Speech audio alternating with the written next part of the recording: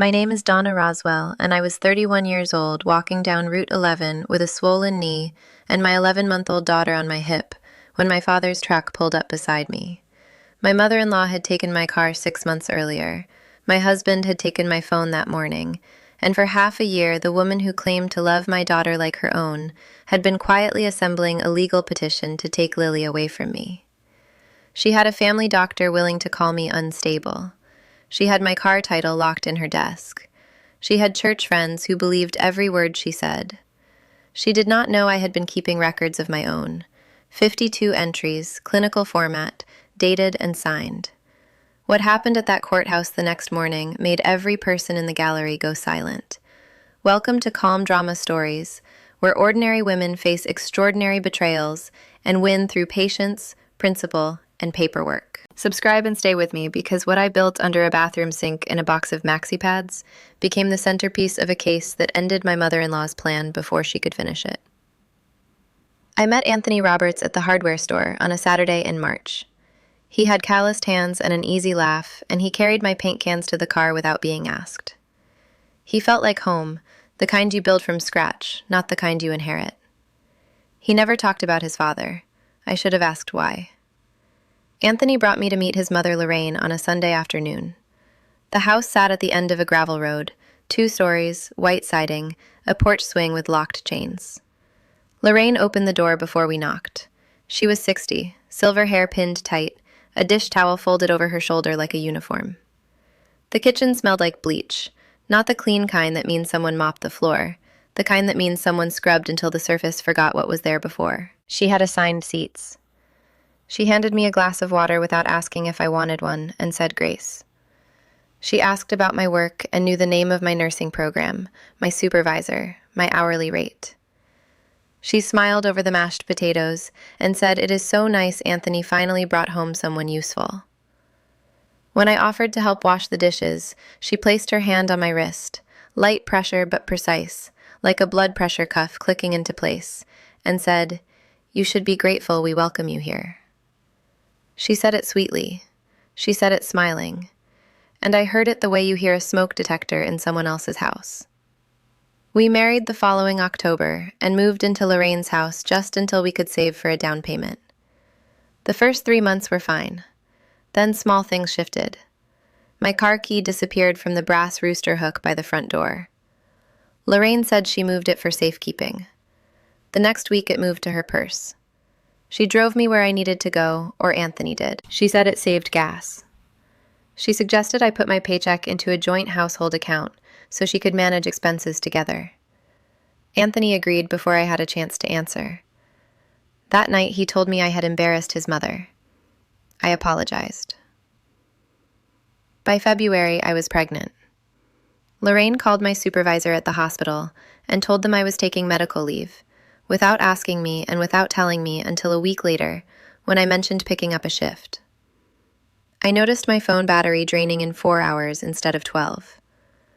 I worked in a hospital where nurses tracked medication dispensing software. I knew what a background GPS application looked like in the battery usage panel. I checked. It was an app I had not installed, running location services around the clock. When I confronted them, Lorraine tilted her head and said, "Maybe we should call Dr. Mercer about a postpartum screening." That was when I understood. If I reacted, they would use it as evidence. So I said nothing. But this was strategy, not surrender. I started writing on a Tuesday in December. A small spiral notebook, college-ruled, blue cover, kept inside a box of maxi pads under the bathroom sink. Lorraine inventoried the kitchen, the closets, the dresser drawers. She did not inventory feminine hygiene products. I used SOAP format because that is the format I was trained in. Subjective, objective, assessment, plan. Entry 1. Lorraine Roberts stated you should be grateful we let you live here. Stated April 14th during first family dinner. Repeated November 3rd during conflict about phone access. Objective. Patient vehicle confiscated day 1 of cohabitation. Phone access restricted day 47 via tracking application installed without consent. Employment terminated day 89. Employer contacted by Lorraine Roberts, who informed them patient was on medical leave without patient's knowledge. Bank access restricted. Patient unable to withdraw from joint account without Lorraine Roberts present. Assessment. Pattern consistent with coercive control as defined under Virginia Code Section 16.1-228, covering isolation from transportation, financial resources, and support systems. Plan. Continue documentation. Seek legal counsel when safe to do so. I sat writing that first entry while Lorraine scrubbed the counter 4 feet away. The bleach was so strong my eyes watered, but for the first time since the key disappeared, I did not flinch at the smell. I was doing something she could not wipe away. Dr. Gregory Mercer arrived one Wednesday afternoon. He was Lorraine's family physician and church friend. He checked the baby for 3 minutes, then turned to me and began running what I recognized immediately as a patient health questionnaire, the PHQ-9, a standard depression screening. The questions were leading. Do you ever feel disconnected from the baby? Do you find yourself overwhelmed by simple tasks? Lorraine stood in the doorway with her arms crossed, watching. I answered the way I would chart my own assessment. My bonding with Lily is excellent. Sleep is disrupted, which is standard for a mother with a 6-week-old infant. I would rate my distress level at 3 out of 10, which falls within normal parameters. Dr. Mercer blinked. He was not used to patients who could read their own charts. Lorraine stepped in. She is very good at hiding it, doctor. You should see her at night. I understood now. The danger was not Lorraine's temper. It was her patience. Lily's 4-month immunization was the one appointment Lorraine allowed without argument. She drove me and parked outside with the engine running as usual. After the nurse finished the shots, I asked to use the restroom, walked past it to an alcove by the back office, where a phone sat on the counter, and dialed the Virginia Family Violence Hotline. A woman gave me the number for Margaret Hale, a domestic violence attorney who handled pro bono cases through a legal aid clinic in Harrisonburg. I memorized it on the walk back to the exam room. Over the next 2 weeks, I made 4 calls to Margaret. From the pediatrician's office, from the Piggly Wiggly courtesy phone by the deli counter while Belle waited outside. From the neighbor Mrs. Fielding's kitchen phone twice while she held Lily and sang hymns off-key in the living room. Margaret listened the way nurses listen during intake. When I finished reading her my entries, she was quiet for a moment and then said, "This is the most organized, coercive control documentation I have ever received from a client. You wrote it like medical records." I said, "I am medical records." Then I found it. Lily's 4-month immunization card was what I had come for when I went into Lorraine's locked study while she was at Bible study. But beneath it, in a manila folder with no label, was something heavier. A printed petition for emergency temporary custody of Lily Marie Roberts, typed on the letterhead of Hargrove and Settle attorneys at law.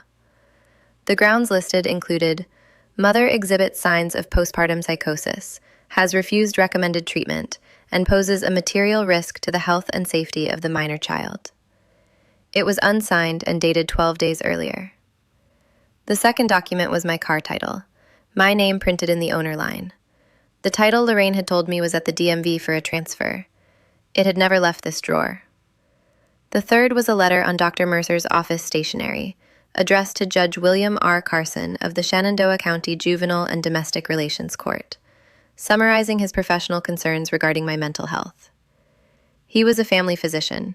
He was not a psychiatrist. He was not a psychologist. He did not hold a license to diagnose postpartum psychosis. I found an old digital camera in the junk drawer, no tracking app on a camera, and photographed every page. I put everything back in the exact order I had found it, locked the drawer, returned the key, taped it back under the junk drawer with the same strip of masking tape. That night, I wrote entry 31. The morning I left, I woke before anyone else, nursed Lily in the gray light, dressed her in a warm onesie, packed a small bag, diapers, formula, a change of clothes, the spiral notebook wrapped in a plastic bag, and tucked everything under the blanket in the stroller. Anthony grabbed my arm hard when I tried to walk out the front door. His fingers wrapped above my elbow and pulled downward. My foot caught the edge of the doorframe. My knee hit the wood with a sharp crack of bone against oak, and I went down on one side, turning my body to keep Lily off the floor. Pain bloomed from my kneecap up through my thigh. I stood up. I scooped Lily, grabbed the stroller bag, and pushed past him through the door. He did not follow. I looked back once from the gravel driveway. He was standing in the doorway, staring at his open palm. Route 11 ran north-south through the valley. 2 lanes, no sidewalk, gravel shoulders that caught the morning dew. I limped. My right knee was swelling under the skin, hot to the touch. I had been walking for about 20 minutes when I heard the engine. A blue Ford F-150 10 years old, with a dent in the right fender from the time my brother backed into a mailbox. I knew that truck the way I knew my own heartbeat. It slowed and pulled alongside me. Dad looked at me. He looked at Lily. He looked at my knee swollen to twice its normal size. His jaw tightened. "Donna, where is your car?" "My mother-in-law took it," I said. "Said I should be grateful they let me live there." Dad was quiet. Engine idling. 3 seconds. 4. "Get in." A pause. "This ends tonight." I opened the door. The car seat was already in the back. He had kept it there since Lily was born, just in case. I buckled Lily in and got in and closed the door. I sat at his pine kitchen table and told him everything. 6 months of missing keys and deleted numbers, and supervised grocery trips and tracking apps, and a family doctor who wrote letters he was not qualified to write. Dad listened the way he listened when someone came into the sheriff's office with a report. He asked 2 questions. "Did he hit you?" He grabbed my arm. I fell. "Is Lily safe right now?" "She is in your living room, Dad. She is safe." He called Margaret that evening. Turned out he already had her number. He had been waiting for me to ask. Margaret drove over at 7 with a briefcase that had seen 1,000 intake forms. I handed her my spiral notebook, 52 entries now. She read it the way I read vitals, carefully, completely, without looking away. She finished and closed the cover. "We file tomorrow morning. Emergency protective order based on the coercive control pattern. Simultaneously, a petition for temporary sole custody. Your documentation is the centerpiece." She looked at my knee.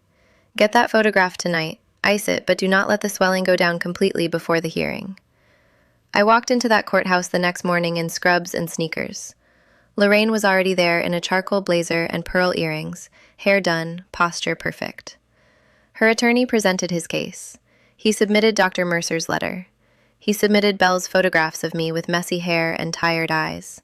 He submitted written statements from 2 church acquaintances. Then Lorraine took the stand and cried at the right moments, and paused at the right moments, and said, "Your Honor," with the exact weight of someone who had practiced deference. "I love my granddaughter more than anything in this world. I just want to make sure she is safe." The gallery murmured. Pastor Jim nodded. Then Margaret said, "Miss Roswell, your witness." I stood. I smoothed the front of my scrubs the way I smoothed them before entering a patient's room. I picked up the binder. I walked to the witness stand. I opened it to the first tab and I spoke the way I charted. Date, time, observation, assessment. No tears, no tremor, just the truth organized the way I had been trained to organize it. Entry 1, dated April 14th. Lorraine Roberts stated, "You should be grateful we let you live here." Entry 12, dated August 29th. Belle installed a GPS tracking application on my mobile device without my knowledge or consent. Battery drain pattern consistent with continuous background location services. Application not present in my download history. Assessment. Electronic surveillance by a household member. Entry 31, dated March 6th. Located unsigned petition for emergency temporary custody in Lorraine Roberts' locked desk drawer. Diagnosis of postpartum psychosis requires evaluation by a licensed psychiatrist or psychologist. The supporting letter was authored by Dr. Gregory Mercer, a family physician. Dr. Mercer holds no psychiatric specialty and is not credentialed to render this diagnosis. The custody petition is supported by a diagnostic claim from an unqualified provider. I heard Pastor Jim's chair creak. His expression had changed. He was not nodding anymore. I held up the printed photograph of the custody petition beside my car title, both from Lorraine's drawer. "This is the petition Mrs. Roberts prepared to take custody of my daughter, and this is my car title in my name that she told me was at the DMV." The courtroom was quiet for 4 seconds. Then Lorraine stood. Douglas Hargrove reached for her arm. She shrugged him off. "That is a lie," she said. Her voice cracked on the second word. "She broke into my desk. She had no right."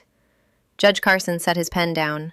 "Mrs. Roberts, sit down or I will have you removed." She trembled. Her hands were clenched at her sides. She said, "I cannot lose another one, Anthony."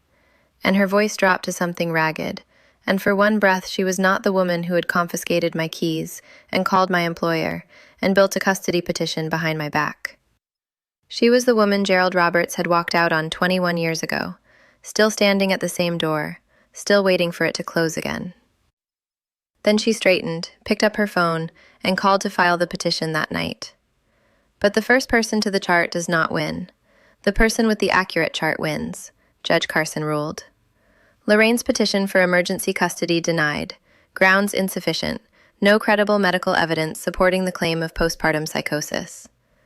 My petition for an emergency protective order granted, naming Anthony Roberts for physical contact, and Lorraine Roberts for harassment and restricted contact. Temporary sole legal and physical custody of Lily Marie Roberts granted to Donna Elizabeth Roswell, the vehicle titled in my name to be returned to my possession within 48 hours.